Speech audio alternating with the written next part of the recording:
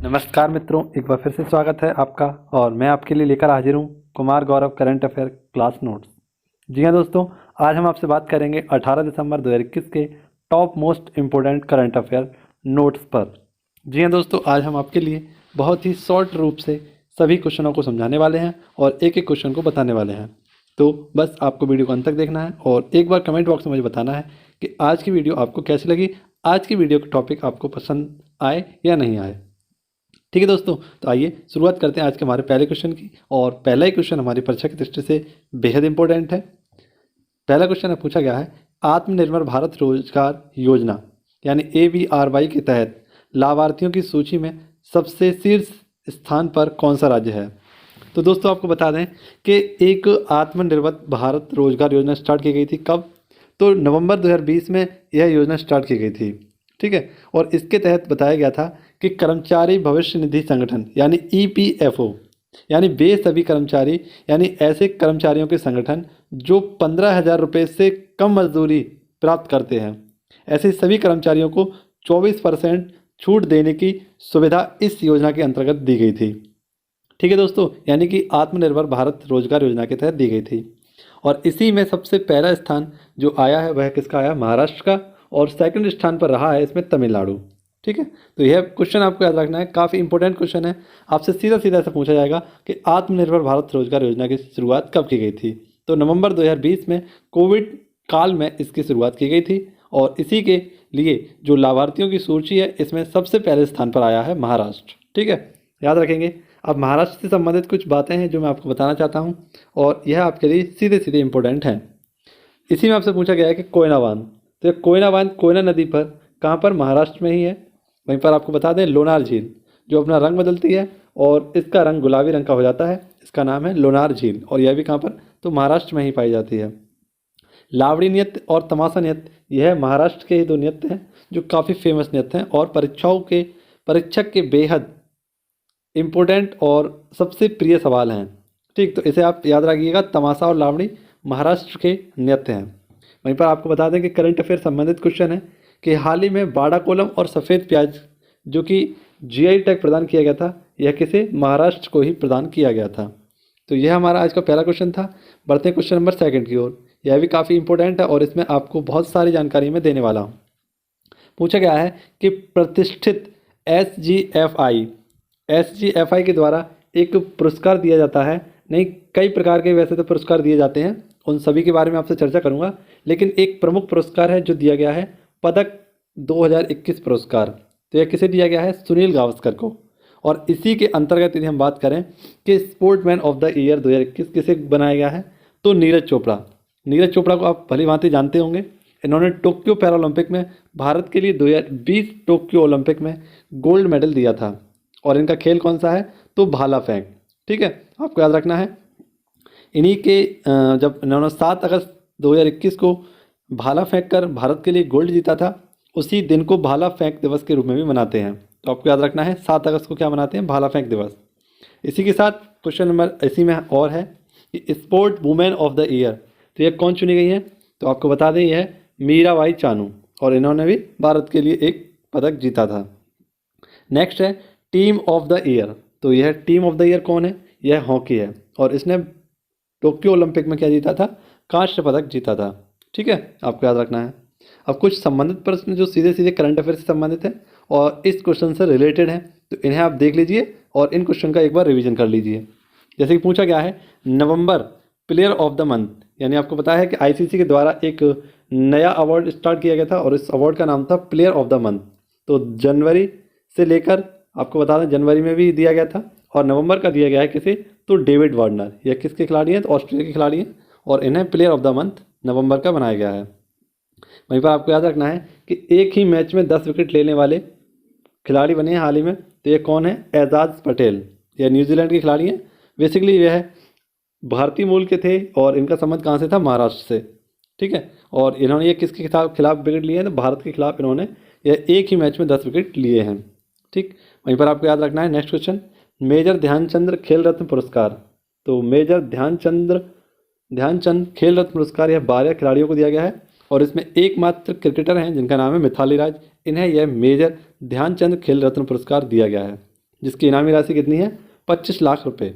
ठीक, वहीं पर आपको याद रखना है कि यूरो कप 2021 यह किस किस के मध्य हुआ था, तो इटली और इंग्लैंड के मध्य हुआ था। और इसमें किसने यह पुरस्कार जीता था, तो यह कप जीता था इटली के द्वारा। ठीक है, आप याद रखेंगे। यदि वीडियो पसंद आ रही हो और वीडियो क्वेश्चन इंपॉर्टेंट लग रहे हो तो चैनल को एक बार सब्सक्राइब कर लेना और दोस्तों के साथ शेयर कर लेना। क्वेश्चन नंबर 3 की ओर बढ़ते हैं, बेहद इंपॉर्टेंट आपके लिए current affair video. Question number 3, इसमें पूछा गया हमसे कि भांग की खेती और उपयोग को वैध बनाने वाला पहला यूरोपीय देश बना है। तो हाल ही में आपको बता दें, बेहद इंपॉर्टेंट क्वेश्चन है। व्यक्तिगत उपयोग और खेती के लिए वैध भांग की खेती को वैध कर दिया गया है। तो यह यूरोपीय देश पहला देश है और इस यूरोपीय देश का नाम है माल्टा। माल्टा के द्वारा क्या किया गया है, भांग की खेती और उपयोग को वैध कर दिया गया है। यानी हम बात करें, यदि इसका उपयोग करेंगे तो उपयोग में इसका 7 ग्राम हम उपयोग कर सकते हैं और खेती यदि हम करेंगे तो 3 पौधे इसमें लगा सकते हैं। ठीक है दोस्तों, तो भांग की खेती और उपयोग को वैध बनाने वाला पहला यूरोपीय देश बन गया है माल्टा।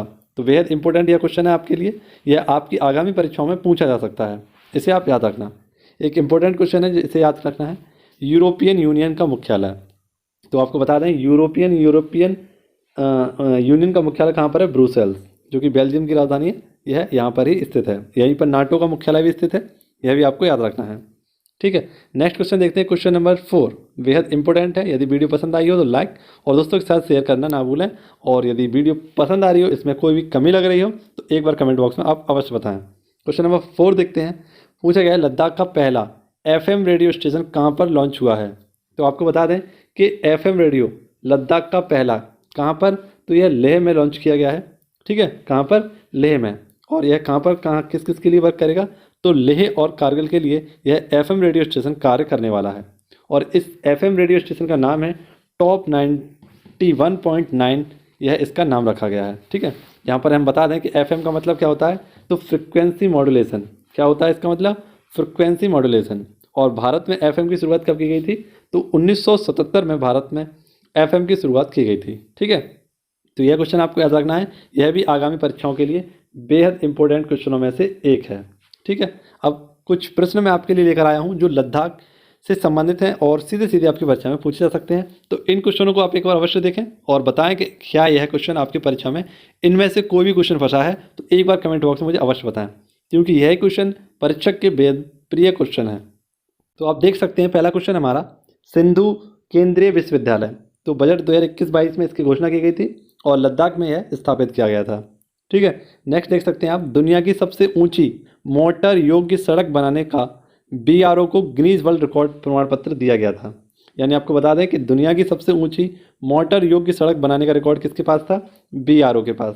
और BRO को ही क्या मिला था, तो गिनीज वर्ल्ड रिकॉर्ड में इसका प्रमाण पत्र मिला था और इसमें इसका नाम दर्ज किया गया था। यह कहाँ पर स्थित है, तो लद्दाख के उमलिंगा दर्रा में है स्थित है। ठीक है, आपको याद रखना है।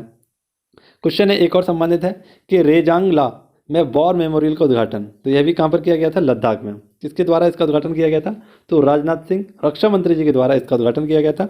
यानी 1962 में भारत और चीन की जो बरसी थी और उसी बरसी के तहत इस रेजांगला वॉर मेमोरियल का उद्घाटन किया गया था। ठीक है, नेक्स्ट आप देख सकते हैं सेला सुरंग। तो यह सेला सुरंग कहाँ पर पाई जाती है, अरुणाचल प्रदेश में। ठीक, दुनिया का सबसे ऊंचा mobile air traffic control tower, यह भी कहाँ पर लगाया गया था, तो लद्दाख में।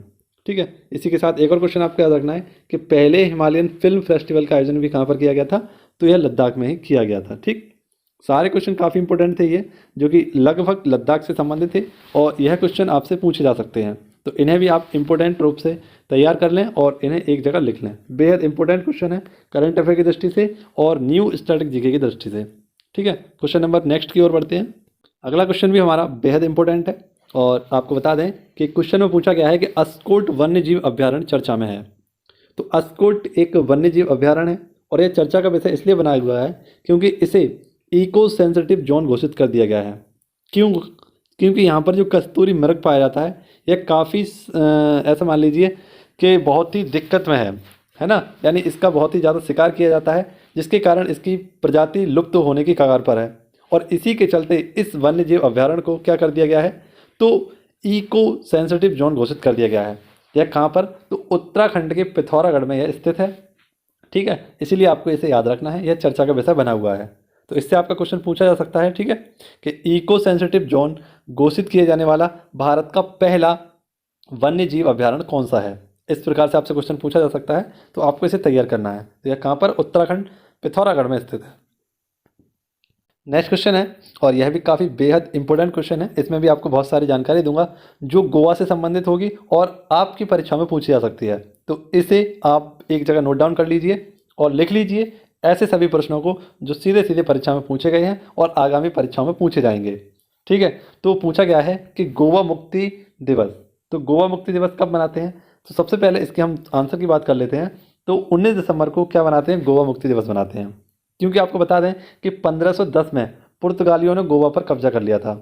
जबकि पुर्तगाली भारत में पहली बार कब आए थे, तो 1498 को कौन आए थे, वास्को डी गामा पहले पुर्तगाली यात्री थे जिन्होंने भारत आए थे।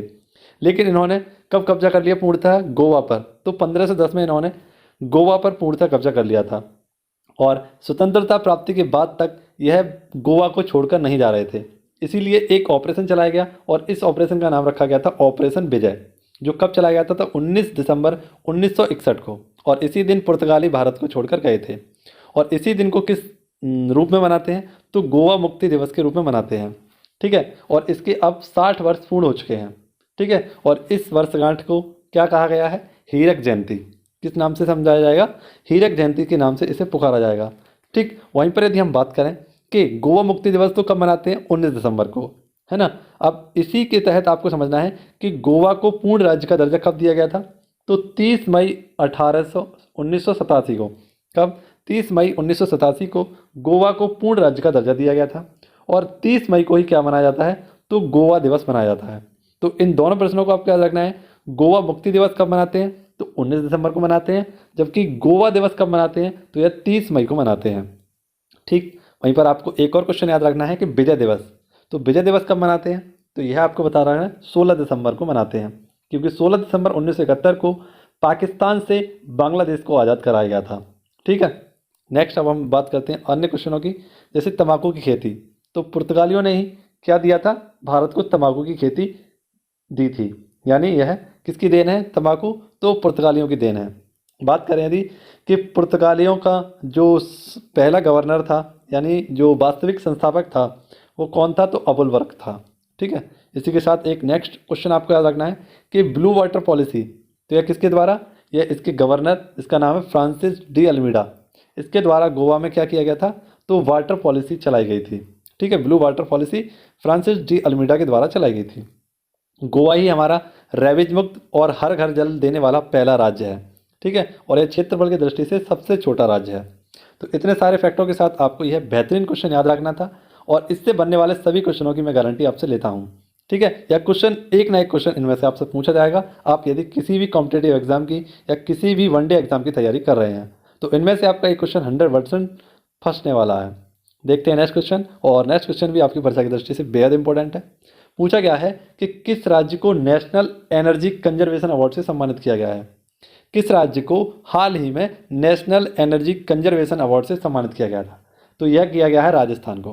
क्यों किया गया है, तो राज्य ने क्या किया है, ऊर्जा संरक्षण और ऊर्जा दक्षता को बढ़ावा दिया है और इसी के चलते इन्हें नेशनल एनर्जी कंजर्वेशन अवार्ड 2021 से सम्मानित किया गया है, ठीक है। किसके द्वारा किया गया है, तो विद्युत मंत्रालय, जिसके मंत्री कौन है, आर.के. सिंह, इनके द्वारा इसे सम्मान से सम्मानित किया गया है, ठीक है। कुछ इंपॉर्टेंट फैक्ट देख लेते हैं कि सौर ऊर्जा स्थापित क्षमता में पहले स्थान पर कौन है, तो यह राजस्थान ही है। और नेशनल एनर्जी कंजर्वेशन अवार्ड से भी राजस्थान को सम्मानित किया गया है।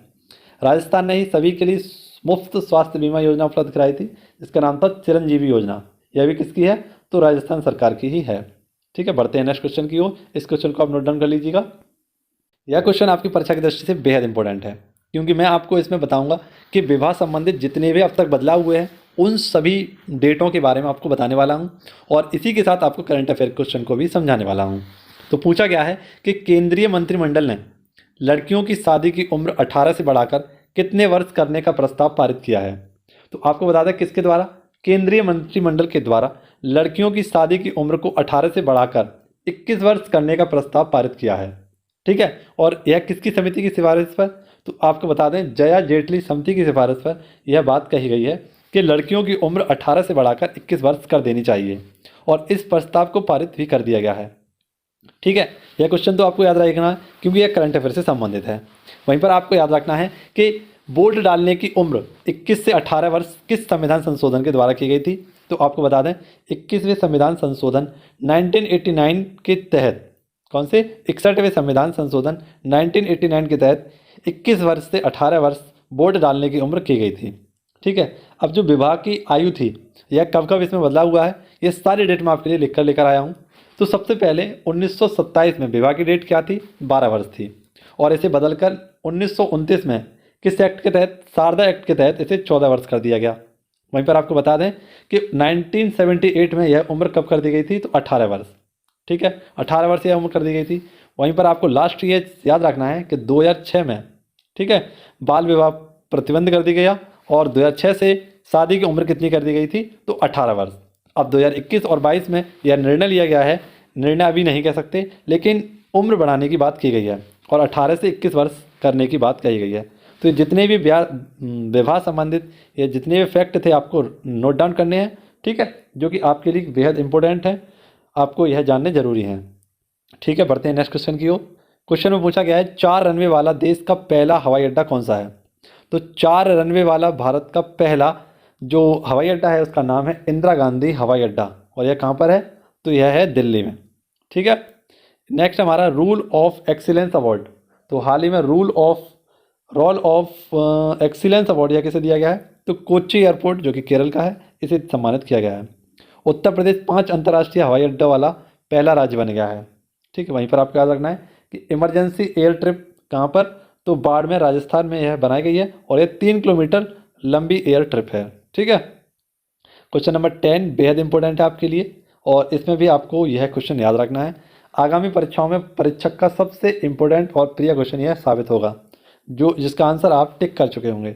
ठीक है, पूछा गया है कि यूनेस्को की अमूर्त सांस्कृतिक विरासत की सूची में किसे शामिल किया गया है।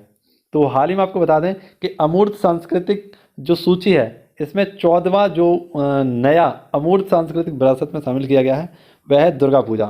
क्या है दोस्तों, दुर्गा पूजा, जिसे क्या माना जाता है, शक्ति का प्रतीक माना जाता है और ये वेस्ट बंगाल की एक सांस्कृतिक विरासत है। ठीक है, और ये एशिया का पहला ऐसा है जो इस सूची में शामिल किया गया है। ठीक है, आपको याद रखना है इस सूची में से शामिल किया गया है। अब इसकी शुरुआत कब की गई थी, तो आपको बता दें जो अमूर्त सांस्कृतिक विरासत की सूची इसकी शुरुआत कब की गई थी, तो 2008 में इसकी शुरुआत की गई थी। भारत की 40वीं जो वर्ल्ड हेरिटेज साइट है यह कौन सी है, धौलावीरा। ठीक है, कहाँ पर है, गुजरात में। और 2 शहर जो वर्ल्ड हेरिटेज साइट में शामिल हैं यह जयपुर और अहमदाबाद हैं। ठीक है, तो बेहद इंपॉर्टेंट यह क्वेश्चन थे जो आज मैंने आपको प्रोवाइड कराए हैं। तो इनको सभी को आप एक बार नोट डाउन कर लीजिएगा और सभी को बहुत ही अच्छे रूप से इन्हें या तो वन लाइनर में या जितने स्टैटिक जीके के क्वेश्चन मैंने जो आपको बताएं इनके साथ इन्हें नोट डाउन कर लीजिएगा। ठीक है, आज देखते हैं आज का हमारा पहला जो फूल पत्ती वाला सवाल था उसको समझते हैं। हमारा फूल पत्ती वाला सवाल है आज का, जिसका आंसर आपको कमेंट बॉक्स में बताना है। पूछा गया है कि फूमियो किसिदा किस देश के नए प्रधानमंत्री बने हैं। तो इसका आंसर आपको देना है कमेंट बॉक्स में। यदि वीडियो आपको पसंद आई हो तो लाइक शेयर रुकना नहीं चाहिए और आपके प्रत्येक फूल पत्ती वाले परिवार के जितने भी मित्र हैं उन सभी मित्रों को बता दीजिए कि करंट अफेयर जो कुमार गौरव सर का है उनके जो नोट्स आप किस प्रकार से प्रिपेयर कर सकते हैं उसके बारे में जानने के लिए और उन सभी क्वेश्चनों के एक एक लल्लन टॉप प्रश्नों को देखने के लिए इस चैनल को सब्सक्राइब कर लीजिए।